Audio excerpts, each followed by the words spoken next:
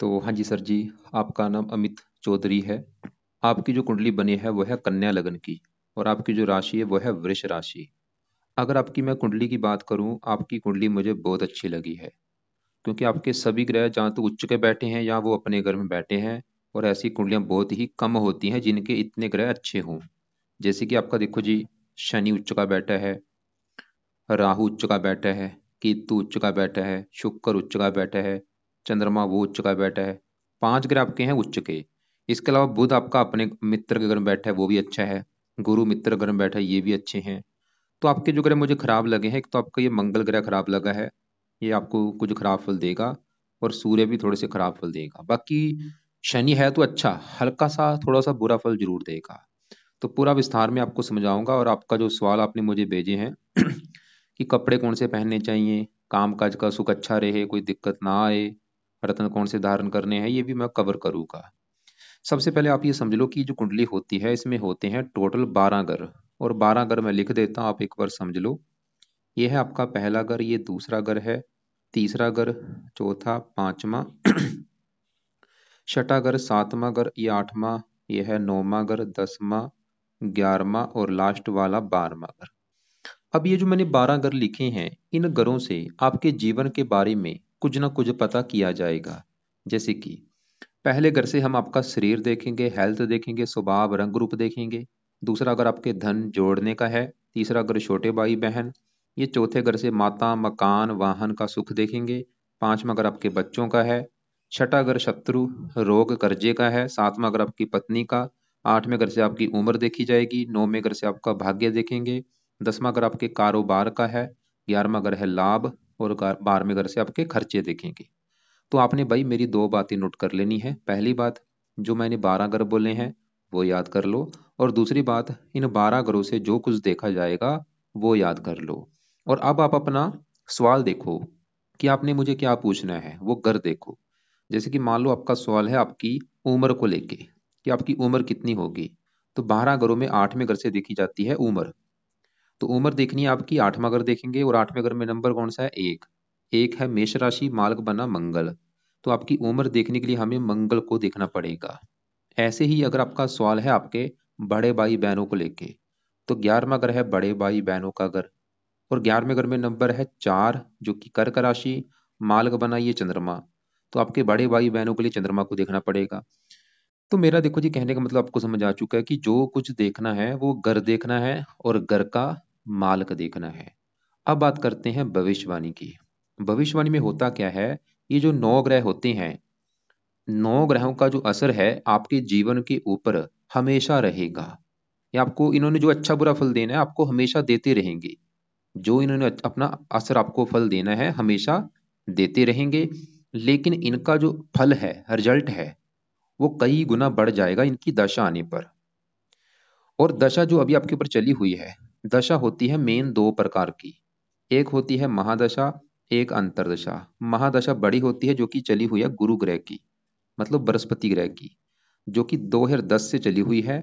और ये 9वां महीना 26 में खत्म होगी। इसका मतलब भाई ये है कि आपके जीवन के ऊपर सबसे बड़ा असर आज के समय में जो है वो है गुरु ग्रह का, क्योंकि उसकी चल रही है दशा। और उसका जो आपके ऊपर असर है वो है 80%। मतलब आपकी 100 में से 80% लाइफ में जो कुछ आपके साथ हो रहा है गुरु की वजह से हो रहा है। और बाकी बचा आपके ऊपर 20% जो असर है वो है राहु ग्रह का, जिसकी चली है अंतरदशा, जो कि चौथा महीना 24 से चली हुई है, और 9वां महीना 26 में खत्म होगी। तो मैंने आपको भी क्या बोला कि ये जो 9 ग्रह हैं इनका जो असर है वैसे तो देखो जी हमेशा रहता है। मतलब ये नहीं कि आपके ऊपर आज शुक्र का असर नहीं है। असर आपके ऊपर सभी ग्रहों का है। मान लो आपके ऊपर शुक्र का जो असर है वो इतना है, मंगल का इतना है, चंद्रमा का असर इतना है, शनि का इतना है। लेकिन इस गुरु का जो असर आपके ऊपर कई गुना ज्यादा है। इसका इतना रख लो असर, शुक्र का असर इतना है, गुरु का 50 गुना ज्यादा है। मतलब गुरु का आपके ऊपर जो असर है सबसे ज्यादा है। और ऐसे ही जो राहु है उसका भी आपके ऊपर असर है। तो ये दोनों ग्रह अभी आपके हैं एक्टिवेट। तो अगर मैं गुरु की बात करूं, वो तो आपका है बिल्कुल अच्छा, बिल्कुल आपको 100 में से 100% अच्छे फल देगा, ये जो गुरु है आपका। लेकिन जो राहु है, अब इसकी बात करते हैं कि राहु आपको क्या अच्छे बुरे फल देगा। राहु ग्रह देखो जी आपका कहाँ बैठा है, कुंडली के 10वें घर में। आपको मैंने अभी जैसे बोला था कि 12 ग्रहों से कुछ ना कुछ देखा जाता है। ये जो 10वां ग्रह है, पहले ये समझो 10वां ग्रह है किस चीज का। 10वें घर से भाई आप 10वें घर से हम आपकी चार चीजें देखेंगे। 10वां घर एक तो आपके है काम काज का घर, जो आप नौकरी कारोबार करेंगे। 10वां घर आपके पिता का भी है, पिता कैसा होगा। 10वां घर सरकार का भी है, सरकार से आपको फायदा होगा या नहीं। और 10वां घर है मान प्रतिष्ठा का। तो ये जो चार चीजें मैंने बोली हैं 10वें घर से देखेंगे। और आपको मैंने भी एक फार्मूला समझाया था कि घर का मालिक देखना है। तो 10वें घर की चीजें किससे देखेंगे, 10वें घर के मालिक से। तो 10वें घर में क्या लिखा है, 3 नंबर। 3 है मिथुन राशि, मालिक बना बुध। तो आपके 10वें घर की चीजें हम देखने के लिए बुध को देखना पड़ेगा, क्योंकि वो बुध 10वें घर का है मालक। और बुध के अलावा 10वें घर में कौन बैठा है, राहु बैठा है भाई। राहु को भी देखना पड़ेगा। तो दो ग्रहों को देख कर डिसाइड होगा आपके 10वें घर की चीजों के बारे में। तो अभी पहले मैं 10वें घर में राहु के घर में बात करूं, तो राहु देखो जी 10वें घर में यहाँ पे जो 3 लिखा है, ये है मिथुन राशि, जो कि राहु की है उच्च राशि। जो कि एक बहुत बड़ी अच्छी बात है कि आपका राहु उच्च का बैठा है, क्योंकि जो ये जो 9 ग्रह होते हैं, इन 9 ग्रहों के अपने भी घर होते हैं। अगर ये अपने घर में बैठे हैं, बहुत अच्छे हैं। अगर अपने दोस्त के घर में जाके बैठे हैं, फिर भी अच्छे फल देते हैं।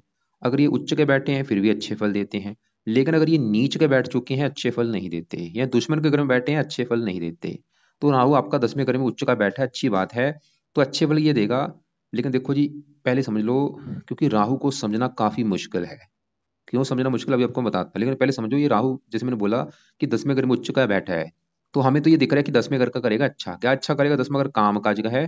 तो आपके काम काज के लिए बहुत अच्छा है, नौकरी कारोबार का सुख बहुत अच्छा देगा। 10वां घर पिता का है, पिता के लिए अच्छा है। सरकार का है, सरकार के लिए अच्छा है। 10वां घर मान प्रतिष्ठा का है, मान प्रतिष्ठा के लिए अच्छा है। ये तो हमें दिख रहा है कि राहु इस घर का अच्छा कर देगा। और इसकी दृष्टियां भी हैं। 5वीं दृष्टि पड़ेगी दूसरे घर के ऊपर। यहाँ पे मित्र राशि धन के लिए अच्छा है, धनी बना देगा आपको। नौवीं पड़ेगी छठे घर के ऊपर। आपको छठे घर में मित्र राशि इस घर का अच्छा कर देगा, आपको रोगों से बचाएगा, कर्जे से दूर रखेगा, शत्रुओं से बचाएगा। लेकिन राहु की 7वीं दृष्टि पड़ेगी इस चौथे घर के ऊपर, यहाँ पे है नीच राशि, ये जो 9 लिखा है। तो राहु इस घर को थोड़ा सा खराब करेगा अभी दशा में। ये जो दशा चली है इसमें चौथे घर को लेकर दिक्कतें पैदा करेगा। क्या दिक्कतें करेगा, चौथा घर है आपकी माता का घर, मकान, वाहन, भूमि, जमीन, जायदाद। ये चीजें चौथे घर से देखेंगे। चौथे घर में जो 9 लिखा है, ये है धनु राशि। तो राहु बैठा उच्च का है, लेकिन चौथे घर में नीच राशि को देखेगा, तो चौथे घर की हानि कर देगा। मतलब आपको राहु की अभी दशा में माता संबंधी कोई दिक्कत आ सकती है। वो दिक्कत क्या आएगी, जहाँ तो माता का बीमार होना, या माता से आपका मनमुटाव होना, या माता की लाइफ में कोई कष्ट आना। चौथा अगर मकान का है, मकान संबंधी दिक्कतें आ सकती हैं कोई ना कोई। वाहन को लेकर दिक्कतें, भूमि जमीन जायदाद, नौकर चाकर, इन संबंधी राहु दिक्कतें आपको पैदा करेगा चौथे घर को लेके। तो हमने क्या देखा, राहु इस घर का अच्छा कर देगा, धन के लिए अच्छा है इस घर का अच्छा। लेकिन चौथे घर को खराब करेगा। लेकिन देखो जी, अब मेरी बात गौर से समझ लो। मैंने आपको भी बोला था कि राहु 10वें घर का करेगा अच्छा, क्योंकि यहाँ पे उच्च का बैठा है। लेकिन मैंने आपको क्या बोला था, इसको समझना बहुत मुश्किल है, क्योंकि एक शरारती ग्रह है। ये जो दिखता है वो है नहीं कि जो दिख रहा है कि सच में वो कर देगा। जैसे कि हो सकता है राहु आपको दूसरे 10वें घर की आपकी हानि कर दे। दिख तो ये रहा कि उच्च का बैठा भी 10वें घर का अच्छा करते हैं, लेकिन हो सकता है कि 10वें घर को खराब करे। जैसे कि 10वां घर काम काज का है, तो अभी राहु की दशा में हो सकता है आपका काम काज बंद करा दे, नौकरी छूट जाए, या आपके काम काज में घाटा हो जाए, लॉस हो जाए। 10वां घर किसका, पिता का। हो सकता है आपको पिता संबंधी दिक्कतें पैदा कर दे। क्या दिक्कत है, जहाँ तो पिता को बीमार होना, या पिता से मनमुटाव होना। 10वां घर सरकार का है, सरकारी कामों में दिक्कतें पैदा कर दे, मान प्रतिष्ठा में कमी कर दे। धन के घर को देख रहा है, धन की हानि कर दे। छठे घर को देख रहा है, रोगी बना दे, शत्रु बढ़ा दे। इसको समझना भाई मुश्किल है। ये जो दिखता है, जरूरी नहीं कि जो दिख रहा है वो सच हो। लेकिन अब सवाल है कि आपको कैसे पता चलेगा कि राहु आपके लिए अच्छा है या बुरा है। मेन है प्रैक्टिकल करना। प्रैक्टिकल करो कि जब से दशा आई है, पिछला 1 महीना हो चुका है, क्योंकि अब यह है 5वां महीना। पिछला आप नोट करो कि अगर आपको लग रहा है कि पिछले 1 महीने से लाइफ में अच्छा ही अच्छा हो रहा है भाई, कोई दिक्कत नहीं आ रही, राहु अच्छे फल दे रहा है। लेकिन अगर आपको लग रहा है कि नहीं भाई, पिछले 1 महीने से तो दिक्कतें आनी शुरू हो चुकी हैं, कामकाज में दिक्कतें आ रही हैं, और भी दिक्कतें आ रही हैं, ये बुरे फल दे रहा है। क्या मैंने बोला, समझना मुश्किल है। लेकिन चलो फिर भी उच्च का बैठा है, तकरीबन तो अच्छे फल देगा। लेकिन फिर भी इसको मैं फिर बोलूंगा, क्योंकि मेरे पास जितनी भी कुंडलियां आती हैं, मैं जितनी भी कुंडलियां बनाता हूँ, सभी लोग राहु वाले होते हैं मेरे पास। उनके ऊपर राहु की दशा जरूर होती है। 100 में से 80% मेरे पास जो लोग आते हैं, उनके ऊपर राहु की दशा जरूर होती है। क्योंकि एक दानव ग्रह है, पापी ग्रह है। तो लेकिन फिर भी उच्च का बैठा है, मैं ये नहीं बोलूंगा वैसे, क्योंकि अगर उच्च का बैठा है, ये 10वें घर में ऐसे लोग राजनीति में होते हैं, सरकारी नौकरी में होते हैं, बड़ी पोस्ट पे होते हैं। तो अब सवाल कि अगर आप चाहते हैं कि भाई ऐसा मैं क्या काम करूं ये अच्छा हो जाए, बुरा फल आपको दे ही ना, क्योंकि दशा अभी देखो 9वां महीना 26 में खत्म होनी है, तो इसके आप अगर उपाय करेंगे बुरे फल नहीं देगा। तो क्या उपाय है? पहला उपाय, राहु कवच का पाठ पढ़ना शुरू कर दो। रात के समय ये पाठ पढ़ लिया करो, या इस पाठ को ऑडियो लगा के सुन लिया करो। दूसरा उपाय, राहु स्रोत का पाठ पढ़ना शुरू कर दो। 2-2 मिनट के पाठ है, जहाँ तो भाई इनको पढ़ना है या आपने इनकी ऑडियो लगा के सुनना है। 2-4 मिनट आपके लगेंगे, तो कोशिश करना इन पाठ को रिपीट करना, मतलब एक बार पढ़ लिया है दोबारा फिर पढ़ लो, दोबारा फिर पढ़ लो, या सुन लिया है दोबारा फिर सुन लो, चाहे तो पढ़ो चाहे सुनो। और तीसरा उपाय आपने तब करना है अगर आपको लगे कि राहु आपको कष्ट दे रहा है। अगर कष्ट ना दे फिर आपने ये तीसरा उपाय नहीं करना। तो कौन सा उपाय है? वो है दान। अगर तो आपको कष्ट आ गया, आना शुरू हो गया राहु की दशा में भी, कष्ट क्या आएगा? काम काज में दिक्कतें पैदा कर देगा, आपके पिता संबंधी दिक्कतें, सरकारी कामों में दिक्कतें, धन को लेकर दिक्कतें, खासकर चौथे घर की हानि तो करेगा ही। तो इसका दान भी आप कर सकते हैं, वैसे कर ही लेना दान। मैं तो बोलूंगा दान कर ही देना। सतनाजे का दान है, 7 प्रकार के नाज पंछियों को डाल दिया करो। जहाँ इसके और भी जो दान है, वो दान की वीडियो आपको मैं भेज दूंगा कि राहु ग्रह का दान क्या होता है, वो आपने दान करना है, वो वीडियो देख लेना। इसके अलावा देखो जी, राहु के लिए आपको कुछ देवी देवताओं का सहारा लेना पड़ेगा। जैसे कि पहले नंबर पे है, आप शिव जी का सहारा लो, शिव जी की मंदिर जाया करो, शिव जी की पूजा उपासना किया करो। शिव जी का जो मंत्र है ओम नमः शिवाय, वो जाप कर सकते हो, या शिव चालीसा पढ़ा करो, ये तो करते रहो शिव जी का मंत्र। दूसरे नंबर पे आप हनुमान जी का सहारा लेके उसका, उससे भी राहु अच्छा होता है, तो हनुमान जी के भी मंदिर आप जा सकते हैं, हनुमान जी का कोई ना कोई पाठ पढ़ सकते हैं, या आप दुर्गा चालीसा पढ़ सकते हैं। तो ये आपको पाठ पूजा जब तक राहु की दशा करने पड़ेंगे। और अभी कोशिश करना भाई, राहु की दशा में कोई पैसा कहीं पे मत फंसाना, कोई बिजनेस शुरू मत करना पैसा लगा के, बिल्कुल पैसा मत फंसाना, लोगों से लड़ाई झगड़े मत लेना, और सरकारी लोगों से मत उलझना। और भी चौथे घर को लेके मत, माता मकान वाहन संबंधी इनको भी लेके दिक्कतें आपको आएंगी, इनको भी लेके सावधान रहना। घर में जैसे आग लग जाना, घर में चोरी हो जाना, घर की दीवार गिर जाना, ऐसी चीजें भी ये करा सकता है। बाकी अगर पाठ पूजा करेंगे फिर दिक्कतें कोई नहीं आएंगी। अब देखो जी, आगे बढ़ते हैं, आपके गुरु ग्रह की बात करते हैं, जिसका आपके ऊपर है बड़ा असर। तो सवाल है कि गुरु कैसा है, वो तो आपका अच्छा है, ये तो कन्फर्म है अच्छा है। गुरु क्यों अच्छा है, ये आपको मैं अभी विस्तार में समझाता हूँ। ये बैठा आपका तीसरे घर में गुरु। गुरु देखो जी, इस कुंडली में इस घर का मालक है 7वें घर का, जो कि आपकी है पत्नी का घर। ये जो 7वां घर है, इस घर से वैसे तो काफी चीजें हैं, लेकिन 7वें घर से मेन हम आपकी पत्नी का सुख देखेंगे, कि आपकी पत्नी कैसी होगी। 7वां घर पत्नी के अलावा दिल्ली की इनकम का भी होता है, आपकी जो रोजाना की इनकम है वो कैसी होगी, और साझेदारी के कामों में फायदा होगा जो नहीं 7वें घर से। तो 7वें घर से 3 चीजें देखेंगे, पत्नी, डेली की इनकम और साझेदारी के काम। तो अगर ये चीजें अगर देखनी है, तो फार्मूला क्या है? घर का मालक देखना है। तो 7वें घर में क्या लिखा है? 12, जो कि है मीन राशि। मालक कौन बना भाई? गुरु बना। तो 7वें घर के मालक गुरु को देख कर डिसाइड होगा आपकी पत्नी के बारे में। और गुरु के अलावा 7वें घर में मंगल बैठा है और शुक्र बैठा है, इनको भी देखना पड़ेगा। तो कम से कम 3 ग्रह देखने पड़ेंगे आपकी पत्नी के लिए। तो अभी सबसे पहले मैं 7वें घर में यहाँ पे बैठे शुक्र की अगर बात करूं, तो शुक्र आपका बहुत बड़े लेवल पे अच्छा है, जो कि आपको 100 में से 80-90% अच्छे फल देगा। तो शुक्र क्यों अच्छा है? क्योंकि शुक्र 7वें घर में जहाँ बैठा है, ये जो 12 लिखा है, ये है मीन राशि, जो कि शुक्र की है उच्च राशि। शुक्र 7वें घर में उच्च का होके बैठा है, इसकी वजह से अच्छा है। लेकिन शुक्र के इस कुंडली में अपने 2 घर हैं, वो कौन से घर हैं? एक तो शुक्र इस घर का मालक है 9वें घर का, और ये दूसरे घर का मालक है दूसरा 9वां। दोनों घरों का मालक कौन है? शुक्र। अब 9वें घर से क्या देखा जाएगा? 9वें घर से हम आपका भाग्य देखेंगे, कि आपका भाई भाग्य कैसा होगा, 9वें घर को देखना पड़ेगा। और फार्मूला है घर का मालक देखना है, तो 9वें घर में लिखा है 2। 2 है वृष राशि, मालक बना शुक्र। तो भाग्य किससे देखा जाएगा? शुक्र से। वो कहाँ बैठा है? पत्नी घर में, उच्च का बैठा है और मतलब भाग्य जाके बैठा है पत्नी घर में और उच्च का। शुक्र ये दिखा रहा है कि आपकी पत्नी के आने के तत्काल बाद आपका भाग्य साथ देना शुरू हो जाएगा। पत्नी भी आपकी भाग्यशाली होगी, उसके आने के बाद भी आपकी किस्मत चमकेगी, उसके द्वारा भी आपका भाग्य होगा, शुक्र ये दिखा रहा है। और शुक्र इस दूसरे घर का भी मालक है, दूसरा घर है धन जोड़ने का घर। तो धन जोड़ना देखना है दूसरे घर से। दूसरे घर में 7 लिखा है, 7 है तुला राशि, मालक कौन बना? शुक्र। कहाँ बैठा है? पत्नी घर में। तो धन चला गया पत्नी घर में। शुक्र ये भी दिखा रहा है कि पत्नी आएगी तो धन भी आना शुरू हो जाएगा। जहाँ तो वो मतलब, जहाँ तो आपकी पत्नी धनी होगी भाई, या उस वो आपको धन कमाने वाली मिलेगी, या उसके आने के बाद आपकी लाइफ में धन आना शुरू होगा, शुक्र ये दिखा रहा है। और शुक्र पत्नी घर में बैठा, पत्नी आपकी सुंदर होगी, आकर्षक होगी, शुक्र ये भी दिखा रहा है। और अब आपको मैंने भी क्या बोला था कि पत्नी का अगर सुख देखना है, 3 ग्रह देखने पड़ेंगे, शुक्र मंगल और गुरु को। तो अभी हमने शुक्र को देखा, वो तो बहुत अच्छा है भाई, लेकिन साथ में जो मंगल बैठा है, ये मुझे आपका अच्छा नहीं लगा। थोड़े बहुत अच्छे फल देगा, लेकिन मंगल आपको ज्यादा खराब फल देगा। और जो शुक्र है इस कुंडली में वैसे भी ये योग कारक ग्रह है, लेकिन शुक्र का भी थोड़ा सा आपको बुरा फल मिलेगा, भी बताता हूँ क्या है। लेकिन पहले मंगल की बात करते हैं। तो मंगल आपकी कुंडली के इस 8वें घर का मालक है, जहाँ पे 1 लिखा है, मेष राशि मालक मंगल है। और मंगल तीसरे घर का मालक है, जहाँ पे 8 लिखा है, वृश्चिक राशि मालक मंगल है। 8वें घर से हम देखते हैं आयु, मृत्यु, कष्ट, लंबी बीमारी, दुर्घटना, गुप्त रोग, गुप्त विद्या, ससुराल की स्थिति। मंगल सवाल है कि खराब फल देगा क्या। मंगल देखो जी, खराब इसलिए क्योंकि ये कुंडली में है मार्केश, प्रबल मार्केश है, लग्नेश बुध का शत्रु है। तो मंगल पत्नी घर में बैठा है, इसकी वजह से कुंडली बनी है आपकी मंगलीक।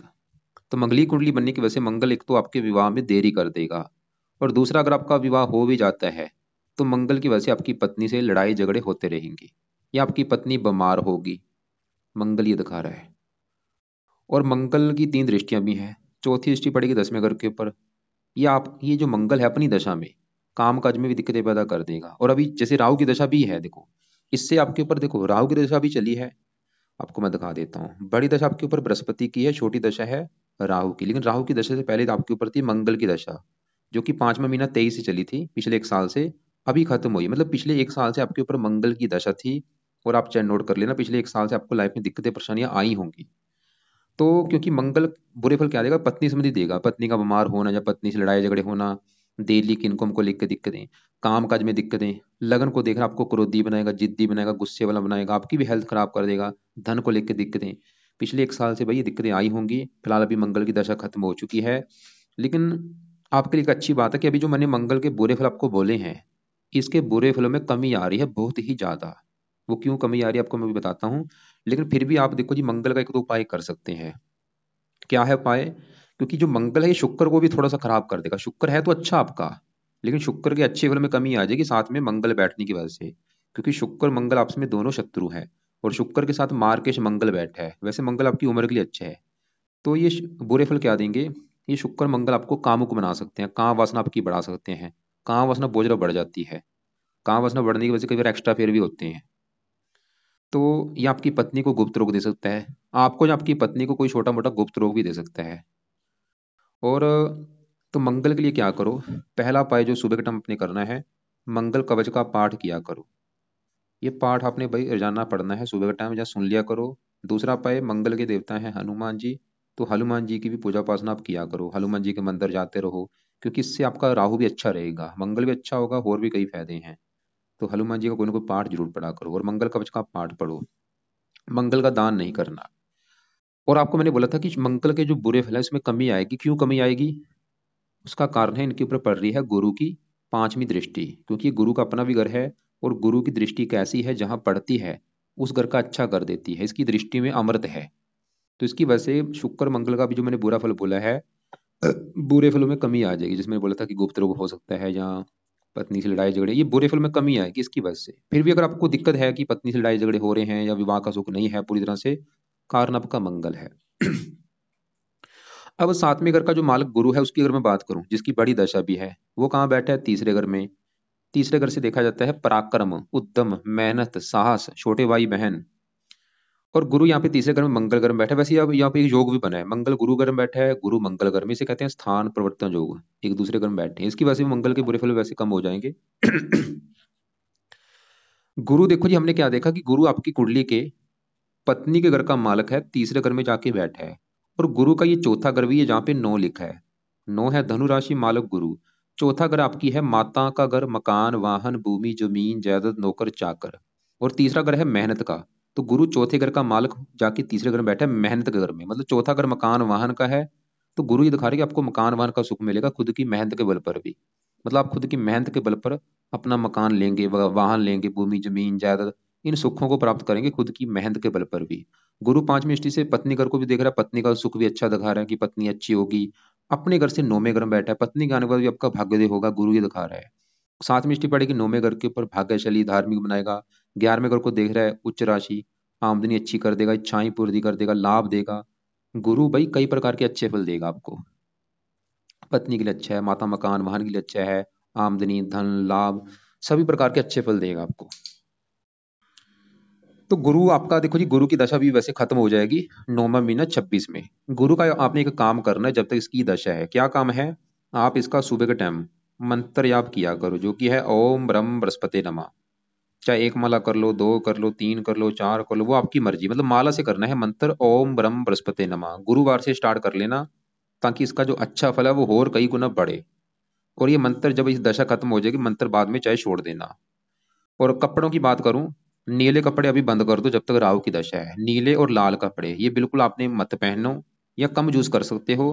बाकी आप पीले कपड़े ज्यादा यूज कर सकते हो, हरे पहन सकते हो, चमकीले रंग बिरंगे कपड़े यूज कर सकते हो, व्हाइट कपड़े पहन सकते हो, काले भी पहन सकते हो। बस नीले और लाल है, नीले लाल ये कपड़े मत पहनो, या पहन सकते हो कम यूज किया करो। तो मैंने आपको बोला था पत्नी के लिए 3 ग्रह देखने पड़ेंगे। हमने सातवें घर में बैठे शुक्र को देखा, वो भी अच्छा है पत्नी के लिए।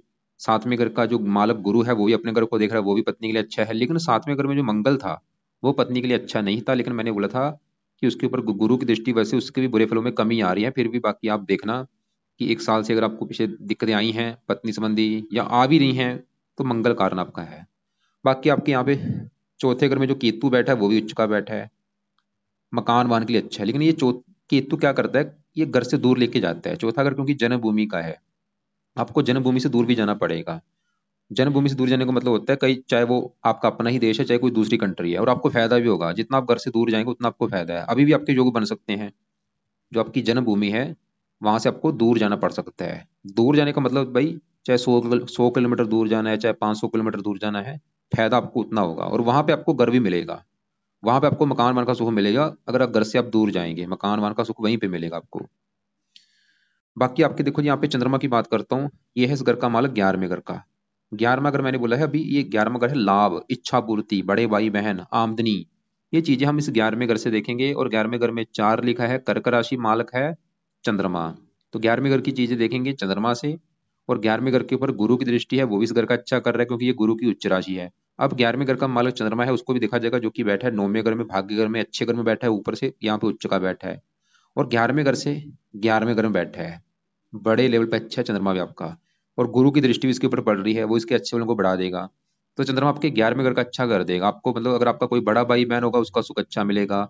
आपके आपकी आमदनी बहुत अच्छी कर देगा, बड़े बड़े लाभ देगा, धनी बना देगा, धन की कमी नहीं रहने देगा, इच्छाएं पूरी कर देगा, आमदनी अच्छी कर देगा, भाग्यशाली बनाएगा। भाग्यवंशी आपको धन मिलता रहेगा, लाभ मिलता रहेगा। इसकी भी दशा आपकी बहुत अच्छी जाएगी, क्योंकि ये जो इनका जो असर है वो कई गुना बढ़ जाता है दशा आने पर। जैसे शुक्र की दशा आपकी जब चलेगी, वो समय आपका काफी अच्छा होगा। शुक्र वैसे आपका 4 डिग्री का बैठा है, इसका बल बढ़ा हुआ, बल बढ़ेगा तभी इसके अच्छे बल कई गुना बढ़ेंगे। तो बल बढ़ाने के लिए आप इसका रत्न धारण कर लो। शुक्र का जो रत्न है वो है जहाँ तो ओपल, या व्हाइट टोपाज, या जरकन। इनमें से कोई एक रत्न आपने लेना है, धारण करना है राइट हैंड की इस लंबी उंगली में। धारण करने से पहले कच्चे दूध में या गंगा जल में धो के इसको धारण कर लेना। और तो हमने यहाँ पे चंद्रमा देखा, वो भी अच्छा है। आपके देखो जी, राहु, चंद्रमा, शुक्र, मंगल, केतु, गुरु, इनकी बात कर चुके हैं। बुध की बात करूं, 5वें घर में बैठा है। बुध है इस घर का मालक पहले घर का और 10वें घर का। पहला 10वां दोनों घरों का मालक कौन है? बुध। पहला घर आपका शरीर है, हेल्थ, स्वभाव, रंग रूप, पर्सनैलिटी, सर मस्तक, पहले घर से। और पहले घर का जो मालक है, पहले घर में 6 लिखा है, मालक है बुध। तो पहले घर की चीजें हम देखेंगे बुध से। और बुध 10वें घर का भी मालक है, जो कि मैंने बोला था 10वां घर पिता, काम काज, सरकार, मान प्रतिष्ठा। 10वें घर का मालक भी बुध है। बैठा है 5वें घर में, शनि के घर में, मित्र राशि है, बहुत बड़े लेवल पे अच्छा है, लग्नेश भी है, योग कारक है। बुध 5वां घर पढ़ाई का, आपको पढ़ा लिखा बनाएगा, बुद्धि का बुद्धिमान बनाएगा, संतान का सुख अच्छा दे देगा आपको। और काम काज घर का मालक है, काम काज का सुख अच्छा। अगर आप काम काज करना चाहते हैं, आप राहु से जुड़े भी काम काज कर सकते हैं, बुध से जुड़े भी काम कर सकते हैं। बुध के जुड़े काम होते हैं लेखन, प्रकाशन, पत्राचार, पढ़ाने का काम, टाइपिस्ट, सेल्समैन, हरे रंग से जुड़ा काम हो गया, कंप्यूटर से जुड़ा कोई काम हो गया, मेडिकल लाइन, कंप्यूटर लाइन। 5वां घर संतान के लिए अच्छा है। वैसे ही लड़कियां का योग ज्यादा बनाता है, लड़के एक दो लड़की, प्रथम आपकी पहली लड़कियां होंगी, लड़कियां ज्यादा होंगी, लड़का कम होगा। और भी काफी अच्छे फल देगा आपको ये। सूर्य की बात करूं, ये थोड़ा सा ये भी हल्के से खराब फल देगा वैसे। सूर्य है इस घर का मालक 12वें घर का। 12वां घर किसका है? खर्चे का, हानि का। खर्चा, हानि, दान, दंड, हॉस्पिटल, पागल खाना, विदेश यात्रा, जेल यात्रा, हत्या, आत्महत्या, ये चीजें हम 12वें घर से देखते हैं। घर अच्छा नहीं है। 12वें घर में 5 लिखा है, सिंह राशि, मालक बना सूर्य है। तो 12वें घर की चीजें देखेंगे, सूर्य से कहाँ बैठा है, छठे घर में। किसका घर है? छठा घर शत्रु रोग कर्जा, मतलब खर्चा चलेगा रोगों के ऊपर। ये थोड़ा सा आपके बीमारी के ऊपर आपका खर्चा कराएगा, शत्रु के द्वारा आपका खर्चा बढ़ेगा। और सूर्य की दशा में आपकी दिक्कतें आएंगी। जब कभी सूर्य की दशा आपकी चलेगी उस समय आपके खर्चे बढ़ेंगे, बीमार कर सकता है, शत्रु बढ़ सकते हैं, कर्जदार आपको बना सकता है सूर्य अपनी दशा में। इसके लिए क्या करो, सूर्य को जल दिया करो। पहला उपाय, हर रोजाना सूर्य को जल दिया करो। दूसरा उपाय, हर संडे को लाल रंग की वस्तुओं का दान कर दिया करो। ये दो उपाय जरूर करने हैं। बाकी इसके और भी काफी पाठ पूजा है, वो आप उस समय करना जब इसकी कभी दशा आपके ऊपर चलेगी। और सबसे अभी बड़ी बात है कि आपके ऊपर आने वाली है शनि की दशा। देखो, आपके ऊपर अभी दशा किसकी है? बृहस्पति की। उसके बाद दशा किसकी आएगी? शनि की। कब चलेगी? 26 को। 9वां महीना 26 को चलेगी शनि की दशा। कब खत्म होगी? 45 में। आपकी देखो जी, 19 साल की दशा चलेगी शनि की। सवाल की शनि की जो दशा आएगी वो आपकी कैसी जाएगी? तो शनि आपका यहाँ पे बैठा है दूसरे घर में।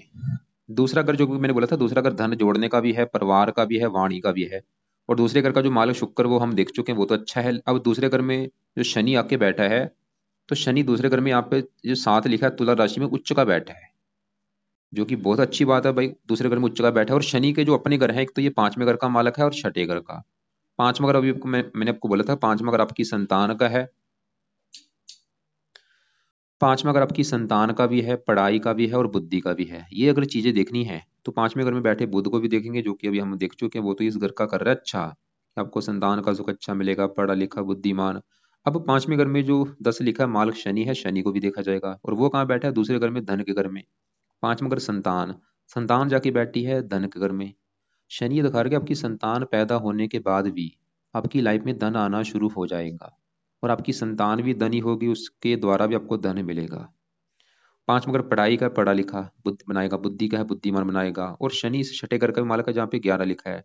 ये ननिहाल का भी घर है। ननिहाल धन के घर में बैठा है। ननिहाल भी आपका काफी धनी होगा, या उससे आपको धन मिलेगा, खासकर शनि की दशा में जो आगे चलेगी। छठा घर रोग का है, रोग धन के घर में बैठा है, वैसे उच्च का है। कर्जा, शत्रु, शत्रु के दुश्मन से भी आपको धन मिल सकता है किसी न किसी प्रकार से। और शनि, मतलब शनि की जो दशा आपकी जाएगी, वो आपको 100 में से 70-80% अच्छे फल देगा। क्या अच्छे फल देगा? शनि दूसरे घर में बैठा उच्च का, आपको धनी बनाएगा, महाधनी बनाएगा। धन की कमी नहीं रहने देगा आपके पास ये शनि ग्रह। परिवार का सुख अच्छा। थोड़ा सा वाणी वैसे कठोर करेगा। संतान के लिए अच्छा होगा, पढ़ाई के लिए अच्छा, बुद्धि के लिए अच्छा। लेकिन शनि की 7वीं दृष्टि पड़ेगी 8वें घर के ऊपर, यहाँ पे नीच राशि, हेल्थ आपकी खराब करेगा अपनी दशा में। तो देखो जी, शनि की दशा जो आएगी वैसे तो अच्छा है, थोड़ा बहुत पूरा फल देगा, लेकिन आप ऐसे कुछ उपाय करने हैं जाकि वो दशा आपकी और अच्छी जाए और बुरा फल आपको ना मिले। क्या उपाय है वो लिख लो। पहला उपाय शनि की दशा में आपने जो करना है वो है कि हर शनिवार को शनि मंदिर माथा टेकने जाना है। शनि का दान मत करना, शनि की दशा में कोई तेल का दान नहीं करना। शनि मंदिर जाओ, पैसे का माथा वहां पे टेक सकते हो। दूसरा उपाय, शनि की दशा में शनि चालीसा और शनि कवच का पाठ, दोनों पाठ आपने रात के समय पढ़ने हैं, उस समय जब शनि की चलेगी दशा। और चौथा उपाय, शनि का व्रत भी आप रख सकते हैं शनि की दशा में। तो ये 4 उपाय करना, मंदिर जाना शनि के, शनि चालीसा, कवच का पाठ और शनिवार का व्रत भी आप रख सकते हैं शनि की दशा में। व्रत ना भी रखेंगे कोई बात नहीं, लेकिन रख लेंगे अच्छी बात है। तो ये है आपकी भाई कुंडली का फलादेश। एक बार मैं फिर रिपीट करता हूँ। हमने क्या देखा? गुरु अच्छा है, केतु उच्च का वो अच्छा है, शुक्र अच्छा है उच्च का है, चंद्रमा उच्च का वो अच्छा है, शनि उच्च का है, बुध अच्छा है, राहु भी अच्छा है। लेकिन राहु मैंने क्या बोला है कि इसको समझना काफी मुश्किल है। तो आपके लिए अभी जो मेन जो उपाय है वो नोट कर लो। राहु के ही उपाय जरूरी हैं। तो राहु के उपाय में से राहु कवच का पाठ, स्रोत का पाठ, दोनों पाठ आपने पढ़ने हैं रात के समय, या इनको सुना करो ज्यादा से ज्यादा। और कष्ट अगर ज्यादा आया तो दान भी कर सकते हैं। इसके लिए बाकी मैंने आपको बोला है कि राहु के लिए शिव जी के मंदिर जाओ, हनुमान जी का पाठ करो, माता दुर्गा जी का भी पाठ आप पढ़ सकते हैं, दुर्गा चालीसा पढ़ सकते हैं। और सुबह के टाइम आप गुरु का मंत्र जप करो जब तक गुरु की है दशा, उसके बाद गुरु का मंत्र आप छोड़ देना। और मंगल कवच का भी पाठ आप सुबह के टाइम पढ़ लिया करो, या इसको सुन लिया करो। मंगल कवच का पाठ आप मंगलवार से स्टार्ट कर लेना।